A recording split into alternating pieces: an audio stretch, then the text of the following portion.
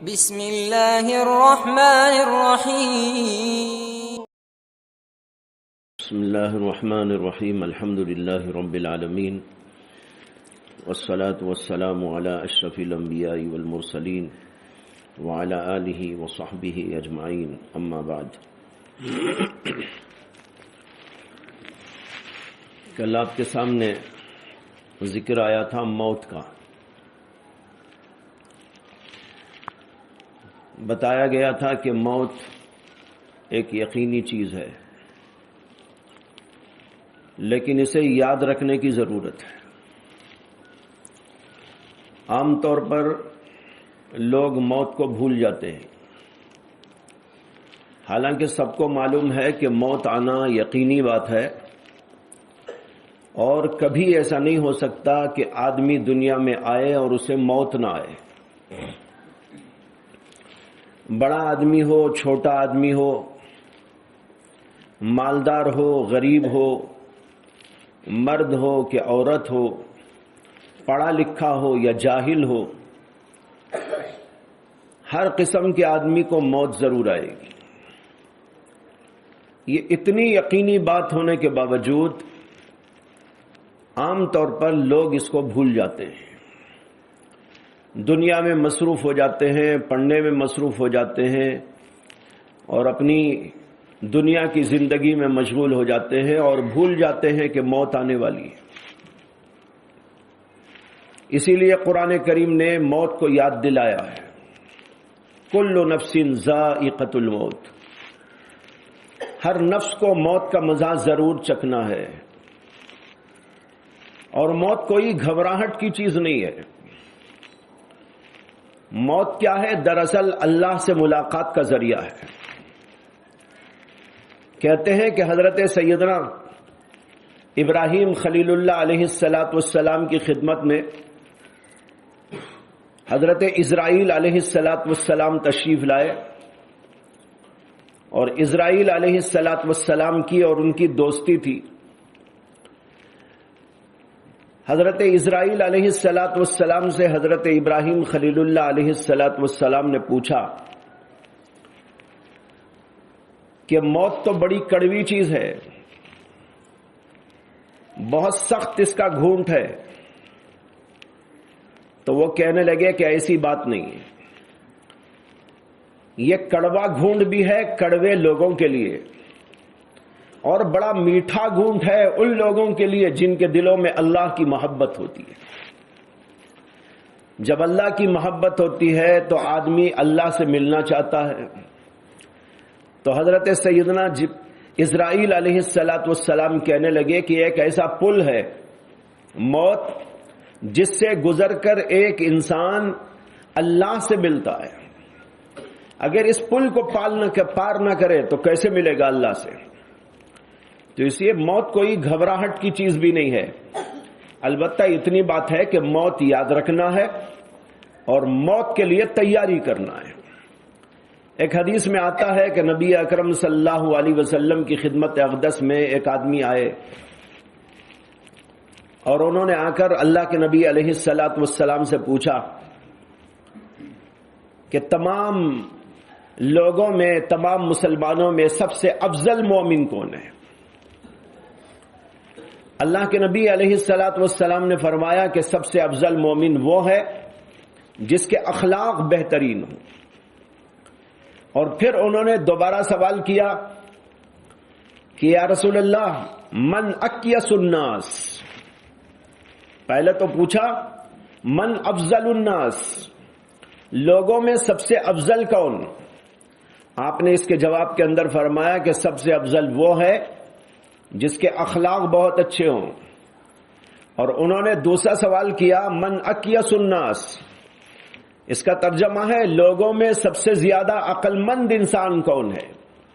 اس کے جواب میں اللہ کے نبی علیہ السلام نے ارشاد فرمایا کہ جو آدمی موت کو کثرت سے یاد کرتا ہے وہ دراصل بہت بڑا عقل مند انسان ہے، اور جو پھر اس کی تیاری کرتا ہے، تو موت کو یاد رکھتا ہے اور پھر موت کے لیے تیاری کرتا ہے، تو وہ سب سے بڑا عقل مند انسان ہے۔ فرض کرو کہ آپ کو ایک جگہ جانا ہے، راستہ بڑا کٹھن ہے، اس کے اندر غار ہیں اور اس کے اندر جنگلات ہیں اور اس کے اندر خطرناک وادیاں ہیں، ان کے اندر سے گزر کر آپ کو ایک جگہ پر جانا ہے اور آپ کو یقینی طور پر معلوم ہے کہ مجھے وہاں جانا ہے، محض احتمال نہیں ہے، یقین ہے کہ وہاں مجھے بہرحال جانا ہے، اور آپ کو یہ بھی معلوم ہے کہ راستہ بڑا خطرناک ہے، بڑی خطرناک وادیاں ہیں، اور اسی طریقے پر بہت سے اور مسائل ہیں، یہ بھی آپ کو ساتھ ساتھ معلوم، تو آپ وہاں جانے سے بے خبر رہیں گے یا ہر وقت اسی کی فکر میں لگے رہیں گے؟ ہر وقت فکر ہوگی، ارے بھائی وہاں جانا ہے، کیا ہوگا، کیسے جانا ہے، کیا تیاری کرنا ہے، پلین سے جانا ہے کہ ٹرین سے جانا ہے، چل کے جانا ہے یا کوئی اور صورت ہے جانے کی، ٹکٹ کا کیسے انتظام کرنا ہے، کس سے ملاقات کرنا ہے، اور کہاں کہاں جا کر کیا انتظامات کرنا ہے، تیاری کیا کرنا ہے، اور سفر میں مجھے ساتھ میں کیا کیا چیزیں لے کر جانا ہے، یہ ہوگا کہ نہیں ہوگا؟ جو آدمی یہ کرے گا وہ عقل مند انسان ہے، اور جسے معلوم ہے کہ مجھے وہاں جانا ہے، خطرناک وادیاں ہیں، راستہ بہت خطرناک ہے، لیکن اس کے باوجود سو کے گزار رہا ہے، نہ جانے کی تیاری ہے نہ کچھ ہے، تو جب اسے جانے کا نمبر آئے گا تو کس قدر اس کے لیے پریشانی کا سامنا ہوگا۔ وہ بے وقوف ہے اور یہ آدمی عقل مند ہے جو تیاری کر رہا ہے۔ اسی کو اللہ کے نبی علیہ السلام نے فرمایا ہے، منکیس الناس، سب سے زیادہ عقل مند کون؟ آپ نے فرمایا وہ ہے سب سے عقل مند انسان جو موت کو کثرت سے یاد کرتا ہے اور پھر اس کی تیاری کرتا ہے۔ الکیس من دان نفسہ وعمل لما بعد الموت، ایک حدیث یہ بھی ہے، کیس عقل مند، فرمایا الکیس من دان نفسہ، عقل مند انسان وہ ہے جو اپنے نفس کا محاسبہ کرتا ہے، وعمل لما بعد الموت، اور موت کے بعد کی تیاری کرتا ہے۔ ایک دفعہ کا واقعہ ہے کہ نبی اکرم صلی اللہ علیہ وسلم تشریف لے جا رہے تھے اور آپ کے ساتھ میں حضرت براء ابن عازب رضی اللہ تعالیٰ عنہ تھے۔ حضرت براء ابن عازب خود روایت کرتے ہیں کہ میں اللہ کے نبی کے ساتھ جا رہا تھا، چلتے چلتے آپ نے دیکھا کہ ایک جگہ پر کچھ لوگ جمع ہیں۔ آپ نے پوچھا کہ بھئی یہ لوگ کیوں جمع ہیں، یہ لوگ یہاں کیا کر رہے ہیں؟ فرماتے ہیں کہ میں نے عرض کیا کہ ایک صاحب کا انتقال ہو گیا ہے اور ان کی قبر تیار ہو رہی ہے، لوگ ان کو دفنانے کے لیے جمع ہیں۔ اتنا سنتے ہی اللہ کے رسول علیہ الصلوۃ والسلام جلدی جلدی دوڑتے ہوئے اس مجمع میں پہنچ گئے۔ لوگوں نے جگہ دے دی، نبی اکرم صلی اللہ علیہ وسلم قبر کے قریب پہنچ گئے اور جا کر وہاں بیٹھ گئے۔ حضرت براء ابن عازب کہتے ہیں میں بھی پیچھے پیچھے دوڑا تاکہ دیکھوں کہ اللہ کے نبی صلی اللہ علیہ وسلم کیا فرماتے ہیں اور کیا کرتے ہیں۔ کہتے ہیں کہ میں نے دیکھا کہ اللہ کے نبی علیہ السلام بیٹھے ہیں اور زار و قطار روتے چلے جا رہے ہیں۔ کہتے ہیں اتنا روئے اتنا روئے اتنا روئے کہ سامنے کی جو مٹی تھی وہ ساری کے ساری مٹی تر ہو گئی۔ اتنا روئے اللہ کے نبی علیہ السلام، اور پھر اس کے بعد تدفین ہوئی، قبر میں مردے کو رکھا گیا۔ جب یہ سب کچھ ہو گیا تو اللہ کے نبی علیہ السلام نے فرمایا یا اخوانی، ارے بھائیو اس دن کے لیے تیاری کر لو۔ فرمایا کہ اے بھائیو اس دن کے لیے تیاری کر لو، یہ دن تمہارے لیے بھی آئے گا، موت ہر ایک کے لیے مقدر ہے۔ اسی لیے حضرات سلف صالحین کا حال یہ تھا کہ ہم وقت وہ موت کو اور موت کے بعد کے واقعات کو، اس کے حالات کو ذہن میں ہر وقت تر و تازہ رکھتے تھے۔ ایک بزرگ تھے، ان کا نام تھا حضرت ربیع ابن خیثم۔ ربیع ابن خیثم تابعین میں سے ہیں، جلیل القدر تابعین میں سے۔ ان کا حال یہ تھا کہ جب بھی ذرا سی کوئی سختی اپنے دل کے اندر پاتے محسوس کرتے، انہوں نے اپنے گھر کے اندر ایک گڑھا بنا رکھا تھا، قبر کھود کے رکھی تھی.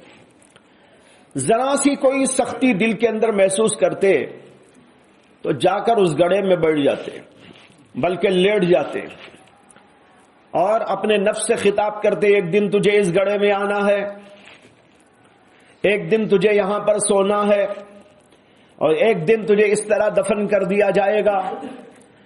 یہ کہہ کر اپنے نفس کو موت یاد دلاتے، قبر یاد دلاتے، قبر کے حالات یاد دلاتے.